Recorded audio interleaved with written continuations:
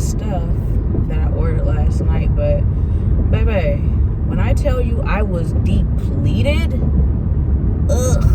so tired, just exhausted last night.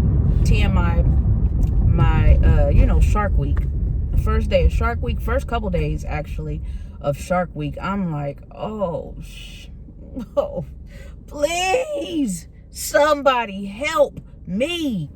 I'll be all right. This is the second day, so it's a little bit less than it was yesterday. So I'm okay. I'll be okay, as I am every month. Just going to be working on my portfolio. It's a lot of little stuff that take time. Even though they are little things, they take a bunch of fucking time to do. So like with the portfolio, you have to, I'm still building my portfolio, so I don't have much to work with as far as adding examples of my work and blah blah blah. So it's kind of hard for me to build one right now, but just everything else as far as the look of it. Plus I'm indecisive a lot of times too, so we gonna see. My boy, you gonna move your cart or not? Yeah, a lot of times I'm indecisive, so it's hard for me to decide what vibe I'm going for, what look I'm going for. So I've just been scrolling different templates and different things like that to see what I want it to look like. But I don't know. That's what I'm going to be working on today. I got to clean the house because I wasn't able to do it yesterday because tired. And yeah, everything else that comes with, living as an adult, as a fully functioning adult. In other news, so I went out to get something to eat, and I found myself over tipping. And I tend to do this a lot. I don't know if you guys do. If you're black, I don't know if you do this just out of habit. There's a stigma out there that black people don't tip, which is, of course, it's not true, because the fuck, we spend money like some drug dealers. But what I do, I find myself over tipping, especially if the service is good. I find myself over tipping. I'm a good tipper just off rip, but I find myself over tipping in establishments, because even just nail shops, anywhere that it's a service based establishment, I find myself over tipping, because I feel like, not that it's my job or it's my duty, but I feel like you guys already have some type of feelings about black people just off rip. Just, you have feelings about black people, but you have feelings about how they tip as well. And let me say this, everybody doesn't think that way. I know, I get it, but you have a lot of people that do think like that, and you could tell in the way that they service you in these restaurants, nail shop, whatever. They're always surprised. So you have the assumption that they're not going to tip right, they're not going to tip well. It's going to be, just issues at the end of whatever service that you receive, or that you give to a group of black people or one black person or whatever. I'll be on here looking crazy, but yeah, I feel like a lot of black people do this. We tend to be tippers for all of black people because we assume how people are viewing black people tipping in restaurants and service establishments. But from here out, I'm tipping my regular good tip. I'm not over tipping. Y'all gonna have to get over that shit. Look at this shit here. Wow. How you gonna make a left turn 3 lanes over? This is why Houston has some of the worst drivers, and LA and Houston, y'all neck and neck. And I'm sure New York is in there too, but LA and Houston, y'all neck and neck with horrible drivers. y'all consistently make horrible decisions on the road. And I'm just sitting back and watching. I don't know why I'm talking about black people today, but y'all on my heart heavy. I don't know. I was talking to a couple girlfriends about the fact that I may, and I don't think I am, because y'all know me, I am love's biggest fan. Like, I love love. I love all things love. I love seeing people in love. That feeds my heart. It really does, seeing people in love. But I love being in love. I love giving love to people in all facets, in a romantic relationship, in friendships, and family, all that shit. I just have so much love to give, right?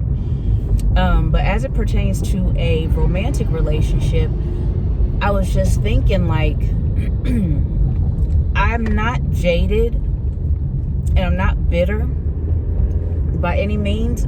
I feel like, though, I may be guarded now, and I hate that for me. I truly hate that for me, because so many years I've spent kind of letting everybody have their own experience as it pertains to dealing with me. Like, you start off with a clean slate when it comes to being in a relationship with me, because I'm not pulling from previous experiences that's, kind of coloring my opinion moving forward of how you may move. I don't do that. I don't like to do that. I hope that people don't do that to me, so on and so forth. So it's like I give people grace and I give people the benefit of the doubt to show me different. Show me something different, and let's try to make this be the best relationship that both of us would ever be in. But as of late, I feel like when I'm talking to these dudes, like, they're good dudes. And I'll say this before, I'll say it again. I tend to, the relationships, because I've had talking periods and I've dated, but relationships, I haven't been in relationships with bad guys. The people that I've dated or choose to actually get into a relationship with, they're never bad individuals. Now, are they good for me at the time? Am I good for them at the time? Possibly not.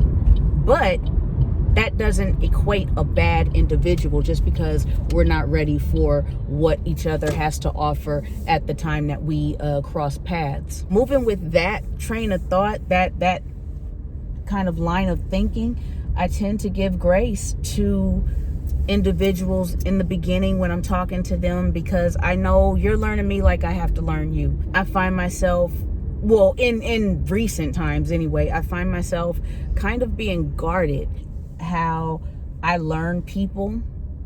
And I learn people quickly because I'm doing most of the talking. I'm doing the asking of questions, and I'm watching behaviors. I'm watching how you move, and that's how I tend to learn people faster. But as it pertains to my own information, like, I'll if they ask, if they're interested truly in me, then they'll ask questions about my life and my past and all that stuff.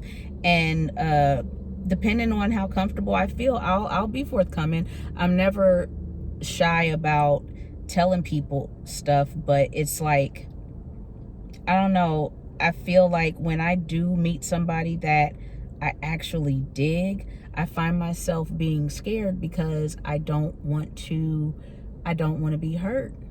And that sucks for me, because typically, like I said, I go into shit kind of fearless because I'm not putting old feelings or old energy from previous dealings onto this new person. So I'm not pulling from a place of pain when I'm dealing with this new person because of what I've gone through in previous times. But now, and I'm not even really doing that now, but kind of, I guess I am, because it's like the people that I've talked to previously, it just ended up as not a waste of time, but it just ended up just not being fruitful, so I'm going in guarded, and I don't like to be guarded. So I'm trying to make changes within myself.